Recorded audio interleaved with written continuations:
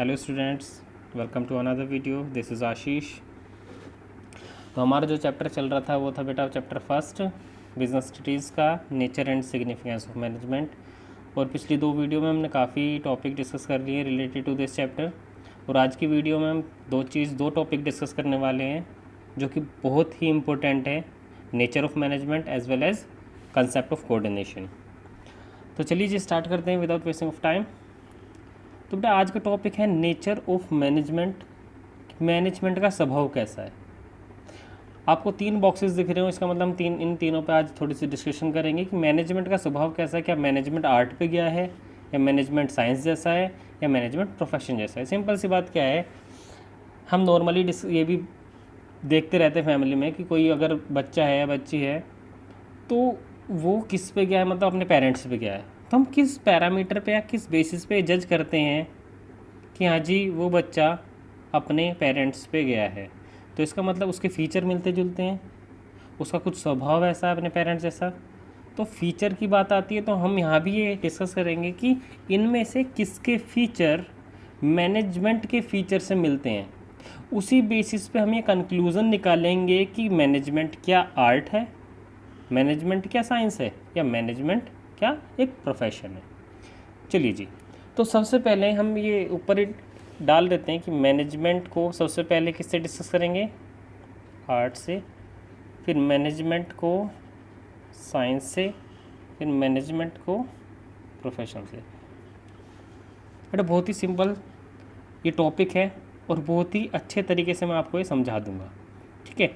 बस एक चेकलिस्ट वाला काम करना है हमें, जिसमें 4 राइट, जिसमें पूरे राइट आ जाएंगे, इसका मतलब वो मैनेजमेंट का नेचर वही बन जाएगा, ठीक है। चलो सबसे पहले आर्ट को लेकर चलते हैं। सबसे पहले लिखा है आर्ट का फीचर क्या है, existent of theoretical knowledge. But सबसे पहले मैं आर्ट को समझा दूँ। आर्ट वो चीज़ है, इसका मतलब जिसके लिए कुछ ना कुछ ऐसी स्किल की ज़रूरत होती है। कोई भी एक ऐसी स्किल को कहते हैं आर्ट। आर्ट का आप ड्राइंग को आर्ट मत से डिनोट मत कीजिएगा please. Drawing is not an art. Art क्या होगा, कुछ भी ऐसा काम जिसमें करना आपको अच्छा लगता है, जो भी आपको अच्छा लगता है किसी काम को करना। चलो जी, फर्स्ट है एग्जिस्टेंस ऑफ थ्योरेटिकल नॉलेज। भाई आर्ट एग्जांपल ले लेते हैं, मीन्स डांस है, म्यूज़िक है, टीचिंग है, स्पीकिंग है, ये सब क्या है, ये आर्ट है, ठीक है। अब क्या होता है कि हम इनको अगर अच्छे से करना है तो आर्ट का एक और फीचर है कि आपको थ्योरेटिकल नॉलेज की ज़रूरत होनी चाहिए। डांस की कुछ बेसिक चीज़ें होती हैं जिनकी नॉलेज होनी चाहिए, as well as in music, teaching and speaking. तो इसका मतलब थ्योरेटिकल नॉलेज का तो ज्ञान होना चाहिए। और हर एक फ़ीचर को मैं मैनेजमेंट के फ़ीचर से भी कंसीडर करता हुआ चलूँगा। ये मैनेजमेंट, ये आर्ट। इसका मतलब आर्ट में क्या थ्योरेटिकल नॉलेज होना ज़रूरी है, हाँ जी थ्योरेटिकल नॉलेज होना ज़रूरी है। ऐसे ही मैनेजमेंट में भी बेटा कुछ ना कुछ थ्योरेटिकल नॉलेज होनी ज़रूरी है कि मैनेजमेंट का मीनिंग आपको पता होना चाहिए, कैसे कैसे मेरे को मैनेजमेंट करना है। तो मैनेजमेंट में भी थ्योरेटिकल नॉलेज होना ज़रूरी है। तो ये राइट दोनों में आ गया। चलिए next, personalised application. Personalised application का मतलब क्या है, the art is depend upon person to person. The art is depend upon person to person. Means for example teacher का एग्ज़ाम्पल ले लेते हैं कि जितने भी टीचर हैं सबके पढ़ाने का अपना खुद का एक तरीका होता है, डेमोन्स्ट्रेशन का खुद का एक तरीका होता है। 2 स्पीकर हैं वो अपने अलग अलग तरीके से बोल सकते हैं, 2 म्यूजिशियन हैं वो अपने अलग अलग तरीके से कंपोजिशन निकाल सकते हैं। तो इसका मतलब आर्ट खुद की एक पर्सनलाइज्ड एप्लीकेशन है। तो आर्ट में तो ये फीचर है। चलो क्या देखते हैं, मैनेजमेंट में फीचर है। अब देखिए हर एक कंपनी के डिफरेंट मैनेजर हैं। उन मैनेजर्स को उस कंपनी को मैनेज करने का तरीका ओब्वियसली डिफरेंट होगा, सेम तो नहीं होगा। तो इसका मतलब आर्ट का ये वाला फीचर भी मैनेज के फीचर से मैचअप हो रहा है। बिल्कुल सही सर। चलो जी तीसरे पे चलते हैं, based on continuous practice. Based on continuous practice. देखो जी हमने ये तो समझ लिया आर्ट एक थ्योरेटिकल नॉलेज है, बट ये ज़रूरी नहीं है कि बस हमने थ्योरी पढ़ ली तो हम वो चीज़ सीख गए। फॉर एग्ज़ाम्पल म्यूज़िक ले लेते हैं, हमने समझ लिया कि हाँ जी म्यूज़िक में ऐसे ऐसे चीज़ें होती हैं, इतने इतने म्यूज़िकल नोट्स होते हैं, किसी ने हमको बता दिया, क्या वो ऐसा समझने से क्या वो आज ही की चीज़ें? फॉर एग्ज़ाम्पल और भी एक एग्ज़ाम्पल ले सकते हैं। चलो हमें गाड़ी चलानी सीखनी है, तो किसी ने आपको बता दिया ठीक है भाई ऐसे ऐसे गियर डलेंगे, ऐसे स्टेयरिंग पकड़ लेना और ऐसे चल जाएगी। तो बेटा क्या आपको गाड़ी चलानी आ जाएगी? आपको गाड़ी चलानी नहीं आएगी। कब तक नहीं आएगी? जब तक आप उसको खुद से नहीं ट्राई करोगे। तो इसका मतलब आर्ट में क्या होता है, आर्ट तभी आपको अच्छे से आएगी तब आप उसकी क्या करेंगे, कॉन्टीन्यूस प्रैक्टिस करेंगे। आप उसको प्रैक्टिकली अगर करके देखेंगे तभी आपको आएगा। तो ये फीचर किसका हो गया, आर्ट का। ठीक है, ऐसे ही मैनेजमेंट है भाई। एक मैनेजर है, कौन सा मैनेजर एक कंपनी को अच्छी तरीके से मैनेज कर पाएगा? जिसे 1 साल का एक्सपीरियंस है या जिसे 10 साल का एक्सपीरियंस है? ओबियसली जिसे 10 साल का एक्सपीरियंस है। क्यों? क्योंकि उसने कॉन्टीन्यूस प्रैक्टिस करी है उस चीज़ की, अपनी मैनेजरियल एस्पेक्ट्स की। ठीक है, तो इसका मतलब आर्ट का ये वाला फीचर भी मैनेजमेंट के फीचर से मैच कर रहा है। चलो जी लास्ट चलते हैं, क्रिएटिविटी। क्या है क्रिएटिविटी? चलो जी इसे भी समझते हैं। मेरे को समझिए कि अगर एक म्यूज़िशियन है, वैसे बहुत सारे म्यूज़िशियन हैं। अब म्यूज़िक में जो नोट्स होते हैं, म्यूज़िकल नोट्स, वो तो 7 होते हैं, वही सा रे गा मा पा धा नी। ठीक है, अब इन 7 नोट्स जो म्यूज़िक के हैं वो हर एक म्यूज़िशियन जानता है, नहीं जानता है? बिल्कुल जानता है। फिर भी हर एक म्यूज़िशियन अच्छी से अच्छी कंपोजिशन करता है, अच्छी से अच्छी एक से कंपोजिशन कर देते हैं म्यूज़िक में। ठीक है, वो क्या है बेटा? वो क्रिएटिविटी ही है। वो क्या है? क्रिएटिविटी। तो इसका मतलब आर्ट क्रिएटिव भी है। ऐसी मैनेजमेंट, हर एक मैनेजर है जितना जिसका ज़्यादा एक्सपीरियंस, जिसकी जितनी ज़्यादा कॉन्टीन्यूस प्रैक्टिस, वो उतनी ही क्रिएटिव तरीके से बिजनेस ऑर्गेनाइजेशन में काम करेगा। तो इसका मतलब मैनेजमेंट का ये भी फीचर आर्ट के फीचर से मैचअप हो रहा है। तो देखो जी बेटा, right right right right right right और राइट राइट। तो इसका मतलब जितने भी आर्ट के फीचर्स हैं वो मैनेजमेंट के फीचर से मिल रहे हैं। तो हम क्या कह सकते हैं कंक्लूज़न में? Management is an art. ठीक है, साइंस की तरफ चलते हैं। तो साइंस में क्या होता है सब बेटा? सबसे पहले systematic body of knowledge. Science में भी नॉलेज की ज़रूरत है, आपको कुछ ना कुछ प्रिंसिपल आने चाहिए, डेरिवेटिव्स आने चाहिए, और आपके क्या होते हैं फिर सबसे पहले जिसमें प्रिंसिपल ही ज़्यादा होते हैं। लॉ जैसे न्यूटन के लॉज हो गए हैं। और जो साइंस होती है वो आपका कॉज एंड इफ़ेक्ट रिलेशनशिप पे बेस्ड होती है। Cause and effect relationship means कि अगर हमने ऐसा कर दिया तो उसका क्या इफ़ेक्ट परिणाम आएगा। इसे सिंपल से हम अकाउंटेंसी की भी समझते हैं। फिर फॉर एग्ज़ाम्पल अगर हमने इनकम बढ़ा दी तो उससे हमारा प्रॉफिट भी बढ़ जाएगा। तो कॉज मतलब कि क्या चीज़ करने से उसका रिज़ल्ट क्या आएगा। ठीक है, तो जो इनपुट है वो क्या है? कॉज, और जो उससे आउटपुट जो रिजल्ट निकलेगा उसे क्या कहेंगे बेटा? इफेक्ट। ठीक है, तो जो साइंस है वो कॉज एंड इफेक्ट रिलेशनशिप पे वर्क करती है। कुछ उसके कायदे कानून होती हैं, इसलिए उसे सिस्टमैटिक बॉडी ऑफ नॉलेज की कैटेगरी में लाया जाता है। तो साइंस में तो एक फीचर है। अब देखिए knowledge, body of knowledge, management में भी सिस्टमैटिक बॉडी ऑफ नॉलेज है। हमें भी कुछ प्रिंसिपल्स को फॉलो करना पड़ता है when a manager follow the managerial activity in the business. ठीक है, वो प्रिंसिपल्स हम अगले वाले चैप्टर में पढ़ेंगे। तो इसका मतलब प्रिंसिपल का यूज़ साइंस में भी है और प्रिंसिपल का यूज़ मैनेजमेंट में भी है। तो इसका मतलब मैनेजमेंट का और साइंस का ये वाला फीचर मैचअप हो रहा है। ठीक, दूसरा principle based on experiment. Principle based on experiment, ये जो प्रिंसिपल बनाए गए हैं वो ऐसे ही नहीं बनाए गए हैं, उनकी कुछ ना कुछ ऑब्जर्वेशंस हैं और ऑब्जर्वेशन के आधार पे कुछ एक्सपेरिमेंट्स करे गए हैं। ऑब्जर्वेशन बेटा क्या है? आपने न्यूटन का नाम सुना है? बैठा था पेड़ के नीचे, एप्पल गिरा पेड़ के नीचे। ठीक है, नालायक ने वो खाया तो है नहीं, पता नहीं क्या सोचने लग गया, खा के निकल लेता तो आज ऐसी नौबत नहीं आ पाती साइंस के बच्चों के लिए जो फेस कर रहे हैं। ठीक है ना। तो बिना बात दिमाग चला रहा था और ऑब्ज़र्व करते करते लॉ ऑफ मोशन ले आया। तो इसका मतलब उसने कुछ चीज़ ऑब्ज़र्व करी, फिर उस ऑब्ज़र्व को उसने एक्सपेरिमेंट में कन्वर्ट किया, तो उसने क्या निकाल दिया, प्रिंसिपल जनरेट कर दिया। तो जो प्रिंसिपल है वो बेस्ड ऑन किस पे, एक्सपेरिमेंट है। ये तो चलो हो गई साइंस की बातें, आप समझ गए प्रिंसिपल कैसे आया। ठीक है। साइंस में मैनेजमेंट में बात करते हैं। बट मैनेजमेंट में जो प्रिंसिपल बनाए जाते हैं वो ऐसे ही नहीं बना दिए जाते हैं।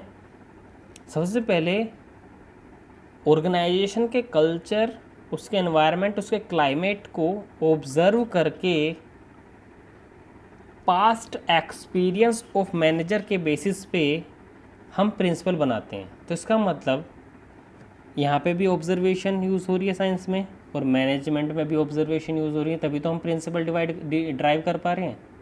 ठीक है। तो इसका मतलब मैनेजमेंट में प्रिंसिपल, एक्सपेरिमेंट और ऑब्जर्वेशन पे बेस्ड होते हैं।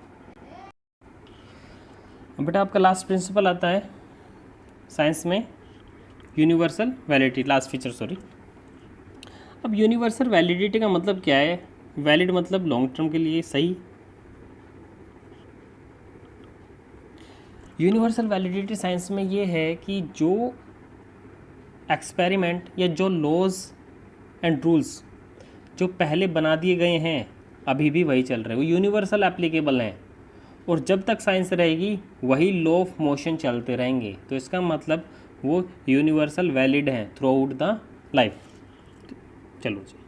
बट मैनेजमेंट बेटा ऐसे नहीं है, क्योंकि management it's depend on dynamic environment, हमने इसका फीचर पढ़ रखा है।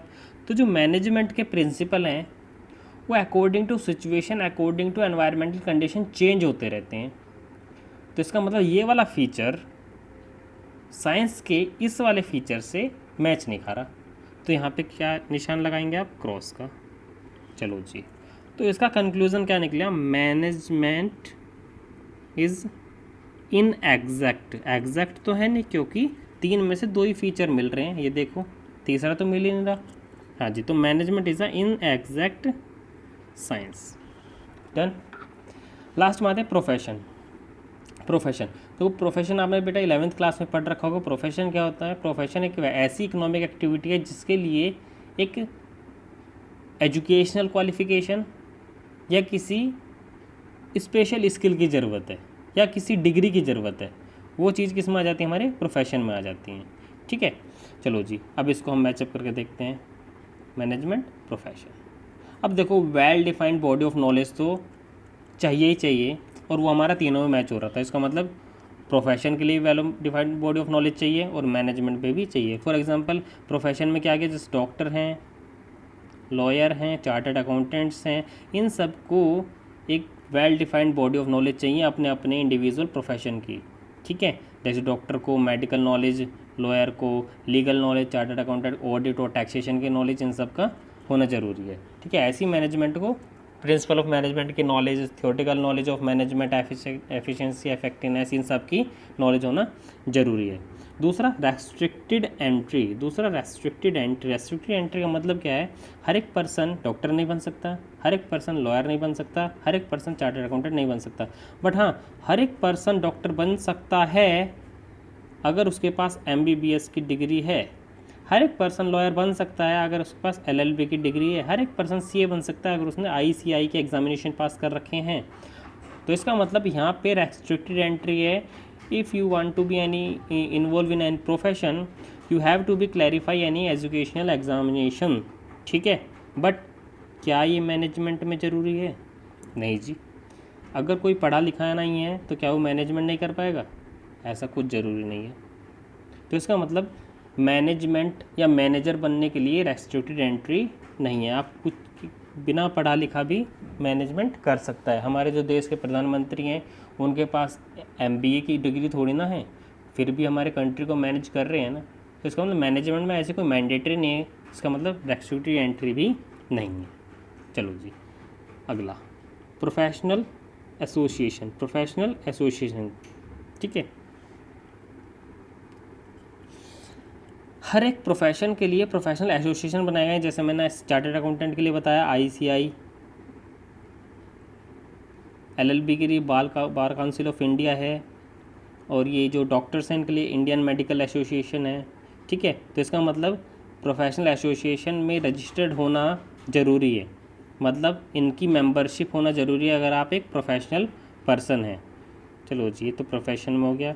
मैनेजमेंट भी एक एसोसिएशन होता है, AIMA, all India management association. जितने मैनेजर होते हैं उनको इनके अंडर में ट्रेनिंग वगैरह करनी पड़ती है, बट ये मैंडेटरी नहीं है। आपका मन है तो कर भी सकते हैं या नहीं भी कर सकते, मैंडेटरी नहीं है। ठीक है, बिना उसके भी चल सकता है। तो इसका मतलब आपको मेंबरशिप लेनी ज़रूरी नहीं है अंडर मैनेजमेंट। ठीक, उसके बाद आता है बेटा ethical code of conduct. Ethical code of conduct मैं आपको दो चीज़ बताऊंगा, एक होता है लॉ और एक होता है एथिक्स। एक होता है लॉ और एक होता है एथिक्स।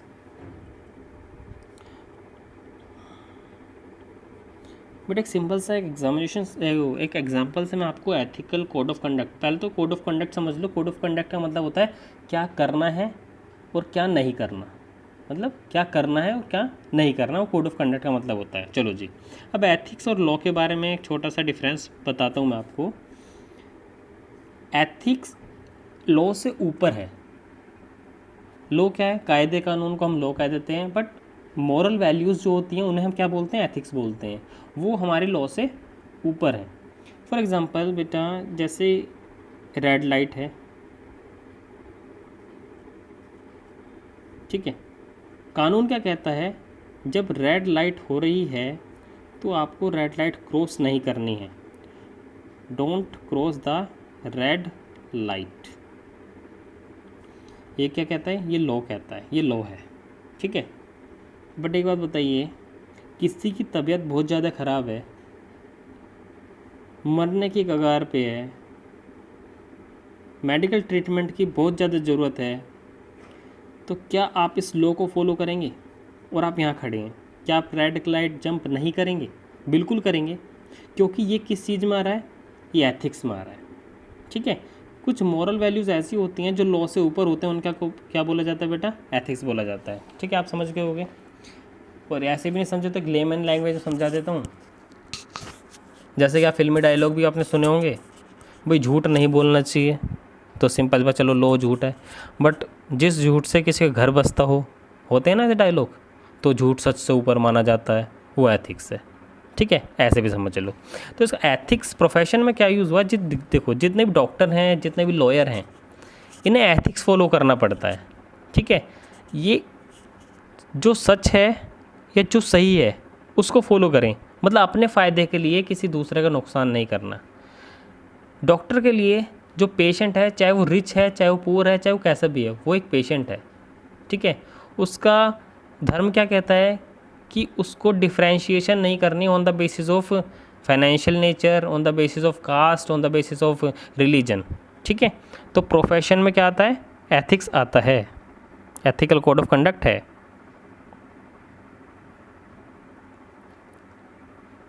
अब बात आती मैनेजमेंट की। और यह सारे जो एथिकल कोड ऑफ कंडक्ट हैं, सारे कहाँ लिखे हुए हैं? इनके ICI, bar council of India, IMA। But जो मैनेजमेंट है उसका तो एक ही एसोसिएशन है, IMA, AIMA। अब मैंने बताया इसमें मेंबरशिप लो या मत लो, ये ज़रूरी नहीं है। तो ये एथिकल कोड ऑफ कंडक्ट को फॉलो करें या ना करें, वो भी ज़रूरी नहीं है। ठीक है, लास्ट सर्विस मोटिव। चलो जी, सर्विस मोटिव तो दोनों में आ जाता है, क्योंकि ये जो प्रोफेशनल्स हैं ये भी सर्विस प्रोवाइड कर रहे हैं अपने क्लाइंट्स को, और जो मैनेजमेंट है हमने उसका ऑब्जेक्टिव पढ़ लिया, वो भी सोशल सर्विस प्रोवाइड करते हैं। तो इसका मतलब ये तो दोनों में मैचअप हो रहा है। तो बेटा बताओ, ऑन द बेसिस ऑफ कितने क्रॉस हैं? 3, 2 ही राइट हैं, तो इसका मतलब पूरा मैच नहीं हो रहा। तो कंक्लूज़न क्या निकला? मैनेजमेंट प्रोफेशन नहीं है। ठीक है, अब आपको 1 नंबर के क्वेश्चन में आता है कि मैनेजमेंट क्या है। ऑप्शन ए आर्ट है, ऑप्शन बी साइंस है, ऑप्शन सी प्रोफेशन है, या option D science and art both. तो बेटा आप हमेशा आंसर क्या लगाओगे? मैनेजमेंट आर्ट भी है और साइंस भी है। ऐसा क्यों? समझो। एक स्टेटमेंट आप अपनी बुक में ज़रूर पढ़ोगे कि management and art and science are both mutually exclusive but complementary to each other. देखो दोनों अपने स्टेज पे अलग अलग है। मैनेजमेंट एज आर्ट वो अलग है, मैनेजमेंट एज अ साइंस वो अलग है, ठीक है। इसे बोलते हैं म्यूचुअली एक्सक्लूसिव। डिफरेंट स्टेज पे डिफरेंट है but complementary to each other, मतलब कॉम्प्लीमेंट, एक दूसरे की सहायता करते हैं। अगर दोनों को मिला दिया जाता है तो कंप्लीट मैनेजमेंट बन जाता है। कॉम्प्लीमेंट्री गुड्स सुने हैं ना इकोनॉमिक्स में, कि जो एक दूसरे के साथ मिल के कंज्यूम किए जाते हैं, ठीक है, कॉम्प्लीमेंट्री गुड्स कहते हैं उन्हें, ठीक। चलो जी, अब जैसे कि आर्ट में ये वाले फीचर आ गए, बट मैनेजमेंट की जो प्रिंसिपल हैं वो साइंस के प्रिंसिपल से मैच हैं, बट वो प्रिंसिपल ज़रूरी हैं मैनेजमेंट में, इसलिए मैनेजमेंट को आर्ट भी बोला जाता है और साइंस भी बोला जाता है, ठीक है। बट फुल फ्लैज्ड अगर बात करें कि मैनेजमेंट एक फुल फ्लैज्ड आर्ट है, ठीक, क्योंकि आर्ट के सारे फीचर मिल रहे हैं, साइंस का एक फीचर नहीं मिल रहा, और फीचर क्या है, वो यूनिवर्सल वैलिडिटी, ठीक है बेटा। चलो जी,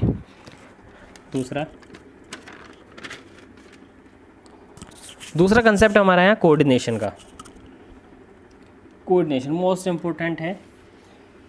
द कोऑर्डिनेशन का मीनिंग क्या होता है? Coordination is the process by which activities of different department are synchronised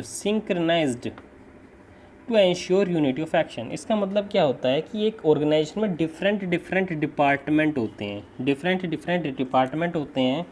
उन डिफरेंट डिपार्टमेंट की डिफरेंट एक्टिविटी को जब सिंक्रनाइज कर दिया जाता है, मींस उनको एक यूनिटी ऑफ एक्शन में लिया जाता है, तो इसी प्रोसेस को क्या बोला जाता है? कोऑर्डिनेशन बोला जाता है।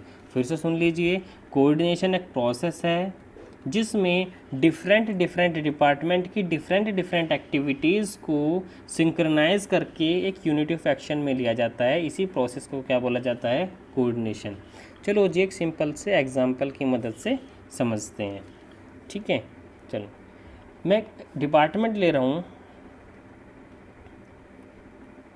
सेल्स डिपार्टमेंट को ऑर्डर मिला है कि 10,000 यूनिट का, सेल्स डिपार्टमेंट को इनको 10,000 यूनिट सेल करनी है, ठीक है। चलो जी, अब ये किससे बात करेंगे? सेल्स डिपार्टमेंट प्रोडक्शन डिपार्टमेंट से, कि आप क्या करो, 10,000 यूनिट प्रोड्यूस करो, क्योंकि मुझे 10,000 यूनिट का टेंडर मिला है, मुझे 10,000 यूनिट सेल्स करनी है, सोल्ड करनी है, ठीक है। अब प्रोडक्शन डिपार्टमेंट किससे बात करेगा? परचेज डिपार्टमेंट से, क्योंकि purchase department raw material purchase वो सब चीज़ें देखना पड़ेगा उसे। अब परचेज डिपार्टमेंट किससे बात करेगा? भाई पैसे नहीं है, तो परचेज डिपार्टमेंट किससे बात करेगा? फाइनेंस डिपार्टमेंट से। मेरे को बताइए, ये सारे क्या सेम डिपार्टमेंट है? नहीं, बात किसकी कर रही थी मैंने? डिफरेंट डिपार्टमेंट की, ठीक है। सेल्स डिपार्टमेंट अलग, प्रोडक्शन अलग, परचेज अलग, फाइनेंस अलग। बट अगर उन्हें इस गोल को अचीव करना है तो सारी एक्टिविटीज़ को क्या करना पड़ेगा? सिंक्रनाइज करना पड़ेगा, ठीक है, और एक यूनिटी में कंप्लीट करके इस टारगेट को अचीव करना पड़ेगा। बेटा इसी प्रोसीजर को क्या बोला जाता है? कोऑर्डिनेशन बोला जाता है। बताओ, मेरे को बताओ, इन चारों में से अगर एक ही भी डिपार्टमेंट ने आनाकानी करी तो क्या ये जो टारगेट है कंप्लीट हो पाएगा? ये टारगेट बिल्कुल कंप्लीट नहीं हो पाएगा। इसका मतलब कोऑर्डिनेशन के बिना आप गोल अचीव कर ही नहीं सकते। तो कोऑर्डिनेशन क्या है? कोऑर्डिनेशन क्या है? बड़े बड़े शब्दों में समझो, कोऑर्डिनेशन नीड है, कोऑर्डिनेशन ज़रूरत है। किसकी? मैनेजमेंट की, ठीक है बच्चों। तो इसको और क्या बोला जाता है? इसको एसेंस ऑफ मैनेजमेंट भी बोला जाता है। Coordination is the essence of management, कि मैनेजमेंट का जो कोर पार्ट है वो क्या है? वो कोऑर्डिनेशन है, ठीक है। इम्पोर्टेंट चीज़ है। अब कोऑर्डिनेशन के हम क्या पढ़ रहे हैं? नेचर, कैरेक्टरिस्टिक और फीचर, ये सेम ही होते हैं कोऑर्डिनेशन के। नेचर हो चाहे कैरेक्टरिस्टिक हो चाहे फीचर, कोऑर्डिनेशन के आ जाए उसमें हम ये चीज़ पढ़नी है। तो इसका मतलब कोऑर्डिनेशन का स्वभाव कैसा है, फीचर्स कैसे हैं, कैरेक्टरिस्टिक्स कैसे हैं, वो सब। सबसे पहला, coordination integrate group effort. Coordination integrate group effort. कैसे होंगे ग्रुप एफर्ट? इंटीग्रेट कैसे होंगे, एग्जाम्पल दिया है अभी, by unify the forces, forces means activities, ठीक है, फोर्सेस मीन्स एक्टिविटीज़, यूनिफाई मतलब एक करना है, by unify the forces of different department and ensure that the performance is done according to plan, ठीक है, कि सारे की सारी एक्टिविटीज़ ऑफ डिफरेंट डिपार्टमेंट को यूनिफाई करना है, यूनिटी में करना है और एंश्योर करना है कि जो भी परफॉर्मेंस डन करी है वो अकॉर्डिंग टू प्लान है। इसका मतलब कोऑर्डिनेशन इंटीग्रेट करता है ग्रुप एफर्ट को। ये सब इंडिविजुअल हैं बट कोऑर्डिनेशन ने इनको क्या कर दिया, एक ग्रुप बना दिया, ठीक है। चलो जी, दूसरा, coordination is a continuous process. Continuous process बेटा निरंतर प्रोसेस है, चलता रहता है। It begin at the planning stage and continue till controlling. 5 function of management होता है, planning, organising, staffing, directing, controlling. यहाँ से स्टार्ट होता है ऑर्गेनाइजिंग से, ऑर्गेनाइजिंग पे जाता है, फिर स्टाफिंग, फिर डायरेक्टिंग, कंट्रोलिंग, कंट्रोलिंग से फिर बाद में प्लानिंग, फिर ऑर्गेनाइजिंग, फिर स्टाफिंग, डायरेक्टिंग, कंट्रोलिंग, फिर प्लानिंग। ये ऐसे चलता रहता है, पूरी साइकिल इसकी चलती रहती है। दूसरा, coordination is a binding force. इसे हम बाइंडिंग फोर्स भी कहते हैं, क्यों, क्योंकि ये सारे फंक्शन ऑफ मैनेजमेंट को बाइंड करके रखती है, जोड़ कर रखती है, इसलिए इसको बाइंडिंग फोर्स भी कह देते हैं। थर्ड है, it is a pervasive function. Simple सी बात है, परवासिव तो होगा ही होगा क्योंकि मैंने बता दिया मैनेजमेंट की क्या है, ज़रूरत है। तो it is required at all level of management. कितने लेवल ऑफ मैनेजमेंट बताए थे हमने, 3, top, middle and lower. Her level of management पे कोऑर्डिनेशन की रिक्वायरमेंट होती है एंड ऑल डिपार्टमेंट, हर एक डिपार्टमेंट में भी कोऑर्डिनेशन की ज़रूरत होती है।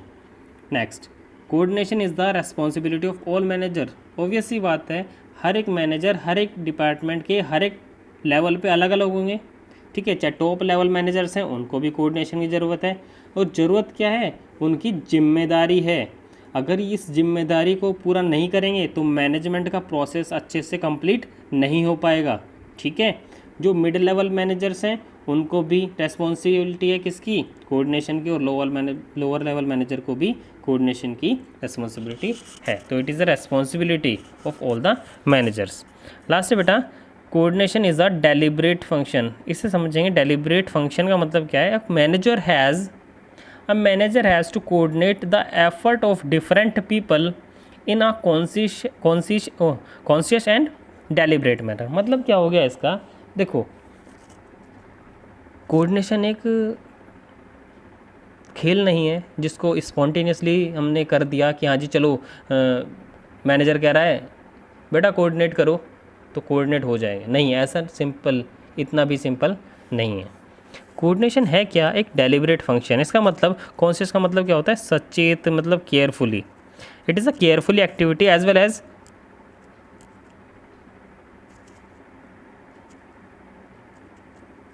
डेलिब्रेट मतलब होता है सोच विचार। केयरफुली होने के साथ साथ सोच विचार भी करना पड़ता है, अवेयर रहना पड़ता है according to behaviour of the different people, कि भाई किस पीपल का बिहेवियर किस तरह से है, उसको सोचना, उस पर विचार करना और उसके हिसाब से उनको मैनेज करना, ठीक है। It is a complex process. तो डेलिब्रेट फंक्शन है इसलिए कोऑर्डिनेशन, ठीक है, सिंपल फंक्शन नहीं है। चलो जी, अब मैं आपसे एक पॉइंट और डिस्कस करना चाहता हूँ, कोऑपरेशन और कोऑर्डिनेशन पे। बहुत बार आ जाता है कि कोऑर्डिनेशन विदाउट कोऑपरेशन कंप्लीट नहीं है और कोऑपरेशन विदाउट कोऑर्डिनेशन वो भी नहीं है। कोऑपरेशन कोऑर्डिनेशन का मतलब क्या होता है, कोऑर्डिनेशन एक तरह का ऑर्डर है जो कि आपका मैनेजर आपको देता है और आपको उस ऑर्डर को फॉलो करना है। बट कोऑपरेशन क्या हो, cooperation is a your voluntarily need, कि आपका मन है तो आप करो कोऑपरेट, नहीं है तो मत करो, मतलब वो आपके ऊपर ऑप्शन हो जाता है। बट मेरे को एक बात बताओ, अगर आपके लिए आपको कोऑर्डिनेशन करने के लिए कहा गया है बट आप कोऑपरेट करना नहीं चाहते तो आप कोऑर्डिनेशन के साथ काम तो करोगे, बट अगर आपका मन ही नहीं है, आप चाहते ही नहीं, तो क्या वो सक्सेसफुल हो पाएगा? बिल्कुल सक्सेसफुल नहीं हो पाएगा, ठीक है। और आप कोऑपरेट कर रहे हैं, एक दूसरे से कोऑपरेट कर रहे हैं, काम करना चाह रहे हैं बट कोऑर्डिनेशन के साथ नहीं कर रहे हैं, वो भी वेस्टेज ऑफ टाइम है। तो इसका मतलब कोऑर्डिनेशन प्लस कोऑपरेशन ये दोनों ही बहुत ज़रूरी हैं, ठीक है बेटा। चलो जी, आज की क्लास में हमने ये चीज़ कंप्लीट कर ली और इन कंसेप्ट को कंप्लीट करने के बाद हमारे चैप्टर भी कंप्लीट हो चुका है। अब नेक्स्ट क्लास में हम आपके साथ थोड़ी केस स्टडी भी डिस्कस करेंगे, बट उसके लिए जो भी आप मेरी तीनों वीडियो हैं, पिछली 2 वीडियो और आज की वीडियो, बेटा पूरे अच्छे से कंप्लीट कर लेना। जो भी दिक्कत हो आप कमेंट सेक्शन में पूछ सकते हो, उसमें कोई दिक्कत नहीं। मैंने आपको लास्ट वीडियो में बता दिया था कि मैं उसका आंसर आपको दे दूंगा, ठीक है। दूसरा, आप वीडियो को बेटा स्किप कर करके मत देखना प्लीज़, कंप्लीट देखना, ठीक है। आपके बेनिफिट के लिए बनाई जा रही हैं ये चीज़ें, ठीक। और ज़्यादा से ज़्यादा प्लीज़ शेयर करो उसको, ठीक है। मदद करो अपने दोस्तों की, एग्ज़ाम आने वाला है आपका जुलाई में, ठीक है। ओके, मिलते हैं नेक्स्ट वीडियो में। Bye bye, take care.